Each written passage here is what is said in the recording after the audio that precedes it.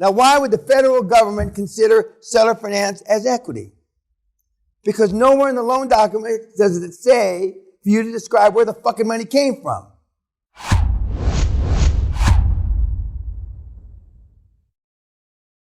The non-recourse loans, and because he's been on YouTube so much and he's been here, have started to ask banks. Some bankers, when you're doing that interview, remember, you want a business development guy that goes into an energy guy or a health guy.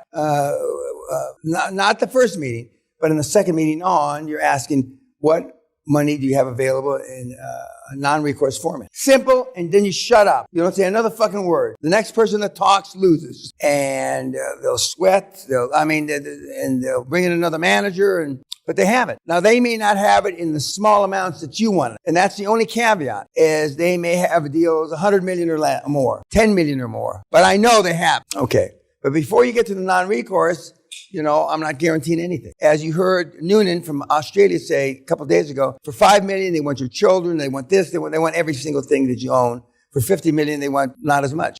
A couple of reasons for that, because it's easier for them to take over a $50 million asset if they have to repossess it than a $5 million asset. And that's the real reason. How are they going to, his 7-Eleven shops, what part of the portfolio, who's going to manage them? Nobody. They'll probably close them down and liquidate them. He should probably close them down and liquidate them. So you start on the premise you're not guaranteeing anything. And that will shut the door on a lot of banks. And again, you want to do a deal more than, so there's a dichotomy. How bad do you want to do the deal, which I want you to be bad, and how many no's are you willing to take? Man, from commercial bank. How many? I don't know. What's your pleasure? You pick your own poison. What's your threshold for pain? I got a big threshold for pain, both physical pain and mental pain. You won't know. Some of you already know. You think you know, because what little rejection you've had, and some of you had a lot of rejection. I'm not making light of that. But what little rejection you've had, which is no rejection, and you don't want anymore, i.e., in the reports that I don't get them anymore, what did you do to expand your comfort zone? I asked the girl out that I've been running next to for 2 years at the gym for a coffee. Now, even though I can't relate to that, he didn't ask you to blow him. No, just for a coffee, and it took him 2 years. Some of you are near that end of the continuum. Certainly not me. And certainly you're not out there on Madison and 56 asking people to get fucked. And the 17th said, yeah, I got a couple hours. That ain't you. There's nobody. So let's just say that you have the level of pain. You can go through 50, 80, 90 banks and finally find somebody that'll loan you money without your signature. Now, you should recall your fallback is seller finance. Now, some of you will use that excuse and not ask any bank because you're gonna fall back on the fact that you can get a seller's note to be categorized as equity. And some of you will fail at that, and some of you will succeed. The more polished and the more that you practice, et cetera, et cetera. In the beginning, Simon, who we're going to see tomorrow, wasn't very good at it, and he's a little bulldog. So, but he toned it down a little and polished his presentation skills up a little. And then he got it done. Now he talks about like he invented fucking seller finance, which is always when these converts, like you get a convert Christian, a convert Muslim, it's like they fucking invented it. Well, I certainly didn't invent sellers finance. I'm just a interloper, carpetbagger that jumped on the bus because it makes my job with you easier. And the best news is because it cuts between 4 and 10 weeks out of the sales process, because you're not fucking around with banks. And those 4 to 10 weeks aren't good because a lot of shit can happen and it's all bad. Nothing good. And it increases the probability many times fold because they'll get seller remorse. Seller's remorse is they change, whatever the reason. It doesn't make a shit why they change your mind. And that's why you need 4 or 5 balls in the air, 4 or 5 LOIs that you're going to bring to the board, not one. And as Andres said an hour or two ago, he said that Mr. Pena said, I'm not sure any of these deals will go through. And then the first deal cratered. And, he felt sick to his stomach. And I just looked at him because I thought that they wouldn't accept our low offers. But they did. So 4 of the 5 closed. So you've got to keep your nerve. You've got to stick to your guns. You're not going to guarantee. And that'll be the first flush of rejection you're going to get. Now, if you don't mind guaranteeing, I'm not telling you, fine. Most of you have no pennies anyway, so who gives a shit if they take all your shit? Yes, you're in the back. Sir, please correct me. I understood that you don't have to tell the seller how you're going to finance the deal. You don't have to tell the sellers. Because you don't have to explain him about seller's finance. No, you're going to say, no. explain to the fact I'm going to give you a note for 5 million euros, $5 million. We don't have to involve a bank. We save 6 to 10 weeks and you're going to finance the deal. So it's not that you're not telling them. You're telling them because it's them. And different parts of it, take back the paper. You're going to be the finance arm of the transaction. In the templates, there are all those, not all, few of the methodologies or the phrases to use to tell them. But it's like, I'm going to buy your house on a note. There's a house in California that I sold a long, long time ago to 4 or 5 doctors that were going to do something to it. But 2 doctors died. And so now the widow of one of the doctors still owns it. It's a beautiful deal. It used to be my estate in Palos Verdes. Shit, I told Sally that when I stop doing this, I don't need this anymore. I just don't. Right now, it's conducive to the mantra, the brand. Okay. But believe me, my ego doesn't need this. My ego doesn't need spending 100,000 pounds a month supporting this fucking whore. That's after-tax money. So I don't need that. So, someday over the rainbow, I don't know when, we may, after I'm done with politics, we may move to the civilized part of the world, And I don't want a stage with gardeners and I just want a big penthouse, 25,000 square foot penthouse, overlooking the world and 3 or 4 butlers, and that's it. That's all I need. And I can land my helicopter on the roof. That's it. I don't need, and when you have 19 staff, something goes wrong every fucking day. I'm pregnant or I'm not pregnant. I got this or I didn't get this. We've got somebody out with not a double hernia. What do you call it? A tennis elbow, golfer's elbow, surgery out for 8 weeks. She doesn't play golf or tennis. I can go on and on and on and on. And then just have 3 or 4 butlers, and that's it. Duncan will probably be too old. We have to put him out to rest. But so you either guarantee or you don't. Most of you, not because Dan says so, will acquiesce and guarantee your first. But it should be the only deal you ever guarantee. I'm telling you, you can get away with not doing it, but you will be, believe me, you'll think you're bleeding out, that somebody ripped your spleen open. Because I'm telling you, you don't have to. Yes, sir. So what if? So, Mr. Pena, I've already given personal guarantees on my business. Well, but the SBA loans. I want to make a black racist joke. Do it. No. I'm a kinder, gentler. Hey, just a dumb black guy. What the fuck? No, okay, so you made a guarantee. So now what? Through the SBA, will that affect? Well, you got to guarantee SBA. You cannot do an SBA. I told you earlier, 2 days ago, it's the only where it's federally legislated you got to guarantee. Oh, you just got off the black hook now. Okay, go ahead. That's the only one I got. Okay.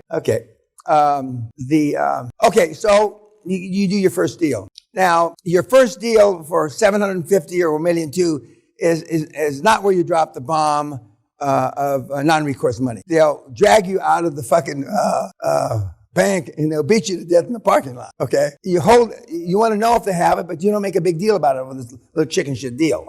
You make a big deal out of it when there's some money involved. So, and more banks, more financial institutions, more insurance companies, the deal in, non-recourse money have minimums, as I said before lunch. So it may be a $10 million or a £10 million or a €10 million minimum. They're not interested in non-recourse money unless you're borrowing that much money. So for your little chicken shit deal that you may not do seller finance on, it's not worth bringing it up. But you should know about it. You should. And it's nowhere on the websites. It's nowhere in any declaration. They don't talk about it. Now, almost all the money that comes out of the World Bank, almost all the money that comes out of the International Monetary Fund, almost all the money that comes out of the Rockefeller Foundation, the Ford Foundation, and all those kind of conduits is non-recourse. Now, the reason at this last energy conference they had in Glasgow, where they promised $100 billion to the poorer countries vis-a-vis them having money to fix their global warming issues. The last time they promised in 2015, not one penny was funded out of the $100 billion. And I'm predicting the $100 billion that was just promised in November, not one penny will be funded. And the big reason is the C word, not my favorite C word, but corruption, because not one dime of the money will ever get to where it's supposed to, because all the government officials, politicians steal it. And everybody knows that, but nobody talks. It's like the Bank of England almost went bankrupt. Nobody talked about that. Nobody talks about this. But all that money's non-recourse. And why do they steal it? Because nobody holds them accountable. They can steal it with impunity. Everybody knows it. Everybody knows it. When you send money to Haiti, it gets stolen. When you send money to Nigeria, it gets stolen. When you send any of these places, Peru, it gets stolen. Bolivia, it gets stolen. And that's just the way it is. So now, the last 5-10 years, nobody will give the money. Now, there used to be, if it got stolen, it was still a write-off for you because you gave it. Some places in the world, you have to prove use of proceeds. And one use of proceeds that you can't use is money stolen. So if you can't even write it off for taxes, even though you're a decent man, why would you give the fucking money? If there's no taxable benefit to you, you wouldn't. But nobody says that on BBC News. And it sure as fuck don't say it on BBC Scotland, where it's still 1740 up here. So you're not signing and you're asking for, and in some cases demanding, non-recourse. Jason Nagy has not given a guarantee on one of his deals, personal, and all of his deals are non-recourse. All. And we now have a trickle of other QLA kids that are getting to the non-guaranteed, and a few of them to the non-recourse. Big deals, non-recourse has been around forever, as I've already stated. But some of the banks will look at you like you're goofy, like you got 3 years when you ask. But before you leave that meeting or that Zoom call, for clarification, are you saying the bank of so-and-so has no non-recourse facility? Is that what you're trying to tell me? And they won't say that. They'll go, if, but, we'll get back to you. Because there's not a major financial institution that I'm aware of that doesn't have non-recourse money. Now, they may not allow credit in your name vis-a-vis guarantee because they don't like you or the assets aren't strong. But the SBA deals are normally wrapped so tight. I mean, the payback is not guaranteed.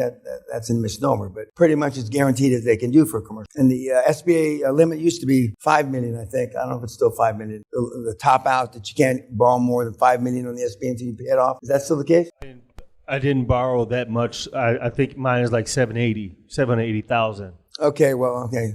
You're down in the PO. You're but I know a lot of the kids, their first deal, healthcare, home health, assisted living, are SBA in America. Yeah, it's a joint venture with Chase Bank and SBA. Well, I know. Well, there's got to be a bank involved in but there's several, there's 20, more than 20 specialized banks that just do SBA loans. There's several banks that just do SBA loans. Now, there used to be an equivalent here in the UK, and it was part of the Prince Charles's Trust that got started 40, 50 years ago. And I don't know if that's still available. I really don't know. It could be. And depending on the country you're from, they have special deals. You heard Andreas said, and this was last year, if you're from Germany, they've got a special deal that's some kind of government guaranteed thing that's guarantees 85% is guaranteed by the federal government of Germany. And so there are things available. But you got to ask. If you don't ask, you don't get. There's 41 facilities for veterans in America to borrow money, get money for free or next to free or for low interest rates. 41. The only two, in my boots to suits, still has not gotten off the ground. They only recommend, or their only information is on two. Buying a house and going to school. That's it. The other 39 that are funded with hundreds of millions, if not billions, never get used. And my TV program that nobody seems to love for 7.5 years, Boots to Suits, where we teach not to get a job at Amazon, not to get a job at Costco as a vet, but to start a business with Costco, to start a business with Amazon, to start a business with the Ford Foundation, to start a business with Tesla. And that has gotten so far to date. I'll be 77, maybe I'll give it another good 10 years. But I've made more presentations on that fucker than from the Joint Chiefs of Staff, 4-star admirals and generals down to congressmen, and it's not vote getting enough, I guess is the right terminology. So, I mean, questions about personal guarantees or non-recourse. Yes, sir. Mr. Pena. So with SBA, normally the limits are higher. Would you recommend for us to go 80-20 instead 60-40? Well, the SBA, I won't say it doesn't matter, but because, and the other thing is, so just so you understand, the federal statute says for SBA, paragraph 31(2)(c), paragraph I, it's 100% guaranteed by the federal government. Not an 80, not 80, 100. So when the bank wants 5 or 10%, it's the bank that wants the guarantee, not the motherfucking federal government. And you can use seller's finance as equity in an SBA loan. I'll say it again. I've known this for 45 years. And now the meatheads, in America, you can use seller's finance as equity. Now, why would the federal government consider seller finance as equity? Because nowhere in the loan document does it say for you to describe where the fucking money came from. All they know is that 600,000, $1.3 million, $2.8 million of somebody's fucking money. The fact that it's a seller is of no consequence to the federal government. But the SBA is a license to steal in America. And I'm sure my local contemporaries in politics won't like me saying that, but it's true.